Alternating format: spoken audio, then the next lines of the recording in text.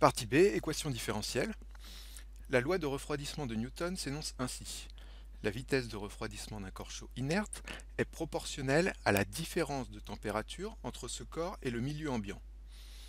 Dans un atelier de l'usine où la température ambiante est 20 degrés, on admet qu'en appliquant la loi de Newton, la fonction correspondant à la température de la monture en acétate, en fonction du temps, vérifie l'équation différentielle notée E, y' égale moins 0,15 facteur de y-20, où y est une fonction inconnue de la variable t, définie et dérivable sur 0 plus infini, et y', sa fonction dérivée. Alors, qu'est-ce que nous dit la loi de Newton? La température, ici ça va être y, vérifie l'équation suivante.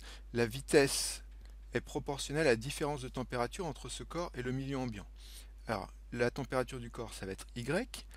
Ici, la différence de température entre le corps et le milieu ambiant, ça va être y-20, puisque la température ambiante est 20 degrés. y-20, cette différence de température va être proportionnelle, c'est-à-dire multipliée par moins 0,15, ici, coefficient de proportionnalité, à y', la dérivée de la température, ici, ça va être la vitesse de refroidissement.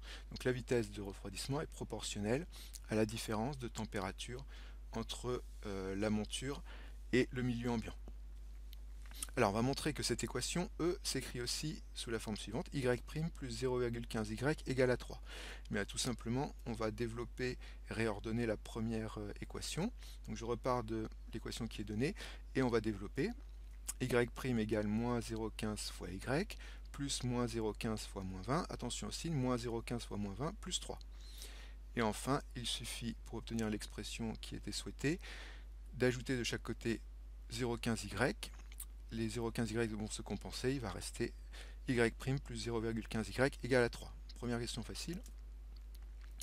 Ensuite, on va essayer justement de résoudre cette équation. Pour cela, on va commencer par résoudre l'équation homogène associée à l'équation E. Qu'est-ce que c'est que l'équation homogène? Eh bien, c'est la même équation que l'équation E, sauf que le second membre, ici à droite du égal, est nul, égal à 0. Pour résoudre cette équation, bien, il suffit d'intégrer. Alors nous, on va simplement utiliser les solutions qui sont proposées par la formule suivante. Donc on va identifier les coefficients de la formule AY' plus BY égale à 0. Donc A, le nombre qui multiplie Y', attention, il n'est pas écrit, c'est pas 0, c'est bien 1, une fois Y', plus le nombre qui multiplie Y, c'est 0,15, donc B égale 0,15. On remplace dans notre équation, alors dans notre formule, pardon, moi j'ai choisi de ne pas la noter f de t, mais plutôt YH de t, h comme homogène. Donc l'ensemble des solutions de l'équation homogène, ça va être une constante k fois exponentielle de moins b, ici 0,15, sur a1 fois t, avec k une constante réelle. C'est-à-dire que j'ai une infinité de solutions, puisque k peut prendre toutes les valeurs réelles entre moins l'infini et plus l'infini. On vient de résoudre l'équation homogène, E0. Pour obtenir l'ensemble des solutions de l'équation E, il faudra ajouter aux solutions de l'équation E0 une solution particulière. Cette solution, on va la déterminer à la question 3, où on nous demande de déterminer le nombre réel C tel que la fonction constante G soit une solution particulière de l'équation différentielle E. Alors, si G est égal à une constante, c'est la dérivée d'une constante, G' va être nulle. Dérivée de 2, de moins 7, de 43, c'est 0. Dérivée d'une constante, c'est 0. Comme G est solution de l'équation E, on va pouvoir remplacer dans E y par G et y' par G' pour déterminer la valeur de C. Donc tout simplement, je vais remplacer dans mon équation E y' par G' et y par G. Je peux le faire puisque G est solution. G' c'est 0, G c'est C, on obtient 0,15 fois C égale 3. En divisant de chaque côté par 0,15, on obtient C égale à 20.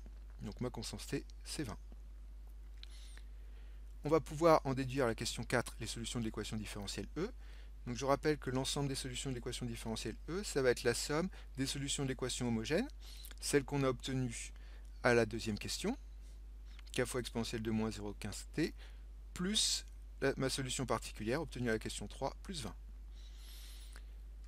Enfin, on va essayer de déterminer une solution particulière qui vérifie une condition initiale, à la question 5.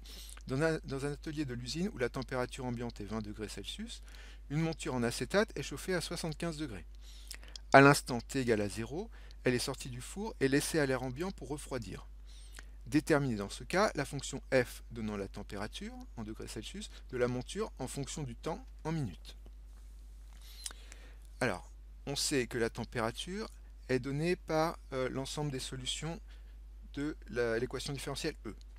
Donc comme f nous donne la température, f va être une solution de l'équation différentielle E. Donc je vais pouvoir écrire f sous la forme k fois exponentielle de moins 0,15t plus 20, puisque c'est l'expression des solutions qu'on a déterminées à la question 4. Pour calculer la valeur de k, la constante k, on va se servir de la condition initiale. À l'instant t égale à 0, la température c'est 75 degrés. La température c'est f, donc f de 0 égale à 75. Donc on va chercher la valeur de k telle que f de 0 soit égal à 75. Donc dans l'expression de f, je vais remplacer t par 0. On obtient k fois exponentielle de moins 0,15 fois 0, c'est 0, plus 20 égale à 75. Or exponentielle de 0 vaut 1, donc k fois 1 k, plus 20 égale 75. En enlevant 20 à chaque membre de notre équation, on obtient k égale 75 moins 20, 55. On répond à la question, on veut l'expression de f, donc dans l'expression de f, je vais remplacer k par la valeur trouvée, 55. On obtient donc f de t, la température en fonction du temps, égale 55 fois exponentielle de moins 0,15t plus 20. Et on remarque que c'est justement la fonction qu'on nous demande d'étudier à la partie C.